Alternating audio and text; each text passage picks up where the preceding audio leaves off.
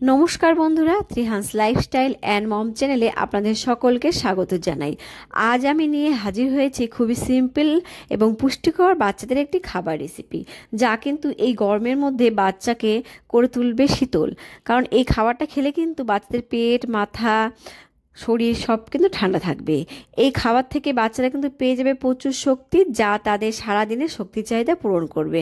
ভিডিওটি কিন্তু না টেনে প্লিজ পুরো দেখবেন, কারণ পুরো ভিডিও জুড়ে কিন্তু বাচ্চাদের জন্য ছোট ছোট টিপস শেয়ার করে থাকি, যা কিন্তু আপনাদের খুবই কাজে লাগবে। প্লিজ কিন্তু আমার ভিডিওটিতে একটা লাইক করে দেবেন, আর চ্যানেলে নতুন হয়ে থাকলে অবশ্যই কিন্তু সাবস্ক্রাইব করে দেবেন। আজকে রেসিপির জন্য আমি কিন্তু এখানে নিয়ে নিয়েছি অল্প লাল চিড়ে, আর চিড়েগুলোকে কিন্তু আমি ভালো করে ধুয়ে নেব। ধুয়ে 30 মিনিটের মতো আমি জলে ভিজিয়ে নেব। আপনারা চাইলে কিন্তু এখানে সাদা চিড়েও ব্যবহার করতে পারেন।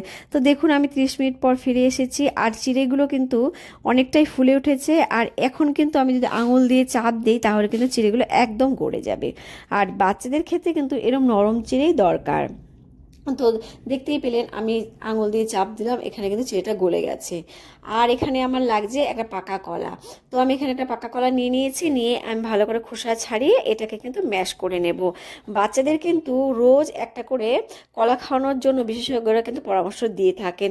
কলা কিন্তু বাচ্চাদের কোষ্ঠকাঠিন্য দূর করে, পেটের গ্যাসও কিন্তু দূর করতে সাহায্য করে। এছাড়া কলাতে প্রচুর পরিমাণে পুষ্টিগুণ কিন্তু রয়েছে। তো আমি কিন্তু চামচের সাহায্যে এরকমভাবে ম্যাশ করে নিচ্ছি।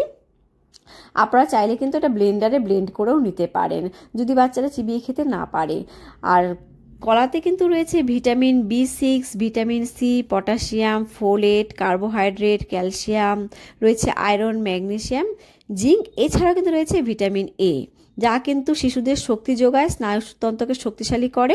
এছাড়া ত্বক ভালো রাখতেও কিন্তু সাহায্য করে।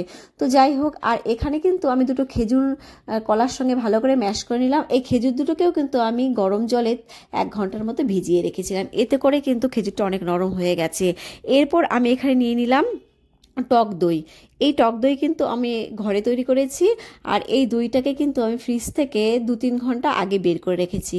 বাচ্চাকে কিন্তু দই খাওয়ানোর আগে অবশ্যই দইটাকে নর্মাল টেম্পারেচারে করে তারপর কিন্তু খাওয়াবেন।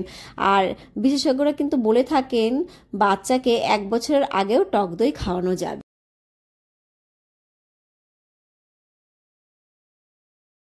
গরুর দুধে যে জটিল শর্করা বা ল্যাকটোজ থাকে, তা কিন্তু 1 বছরের আগে বাচ্চারা একদমই হজম করতে পারে না।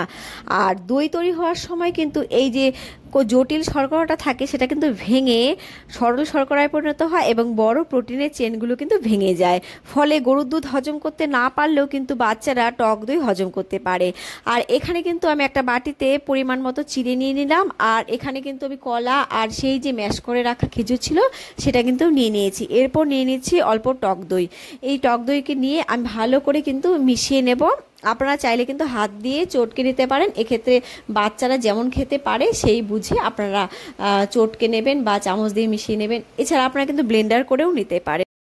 খাবারের টেস্টটা ব্যালেন্স করার জন্য এখানে কিন্তু আমি অল্প পিঙ্ক নুন দিয়ে দেবো। আপনারা কিন্তু চাইলে এটা স্কিপ করেও যেতে পারেন। বাচ্চাদের ক্ষেত্রে কিন্তু চিড়ে খুবই একটা পুষ্টিকর খাবার, আর চিড়ে কিন্তু খুবই সহজপাচ্য, বাচ্চারা সহজেই হজম করতে পারে। আর গরমে কিন্তু চিড়ে বাচ্চাদের শরীর ঠান্ডা রাখতেও সাহায্য করে। খাবারটা আরও বেশি পুষ্টিকর ও মিষ্টি করার জন্য কিন্তু দিয়ে দিচ্ছি কিছু কিশমিশ। বিশেষজ্ঞরা কিন্তু বলে থাকে কিশমিশ নিয়মিত খাওয়ালে বাচ্চাদের কোষ্ঠকাঠিন্য দূর হয়, আর ওজনও কিন্তু দ্রুত বাড়ে। সকালে তাড়াহুড়ো থাকলেও আপনারা রান্না না করেও কিন্তু বাচ্চাদের এভাবে একটা পুষ্টিকর খাবার খাওয়াতে পারেন, যা কিন্তু বাচ্চাদের সারাদিন ধরে পেট ভরা রাখবে, আর বাচ্চারা কিন্তু ছুটোছুটি করার এনার্জিও পেয়ে যাবে।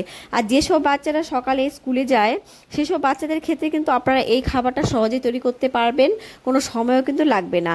আর টক দই কিন্তু খুবই পুষ্টিকর একটা খাবার, যাতে রয়েছে ক্যালসিয়াম, প্রোটিন ও প্রোবায়োটিক, যা হাড়ের স্বাস্থ্য ভালো রাখে, হজমে সাহায্য করে।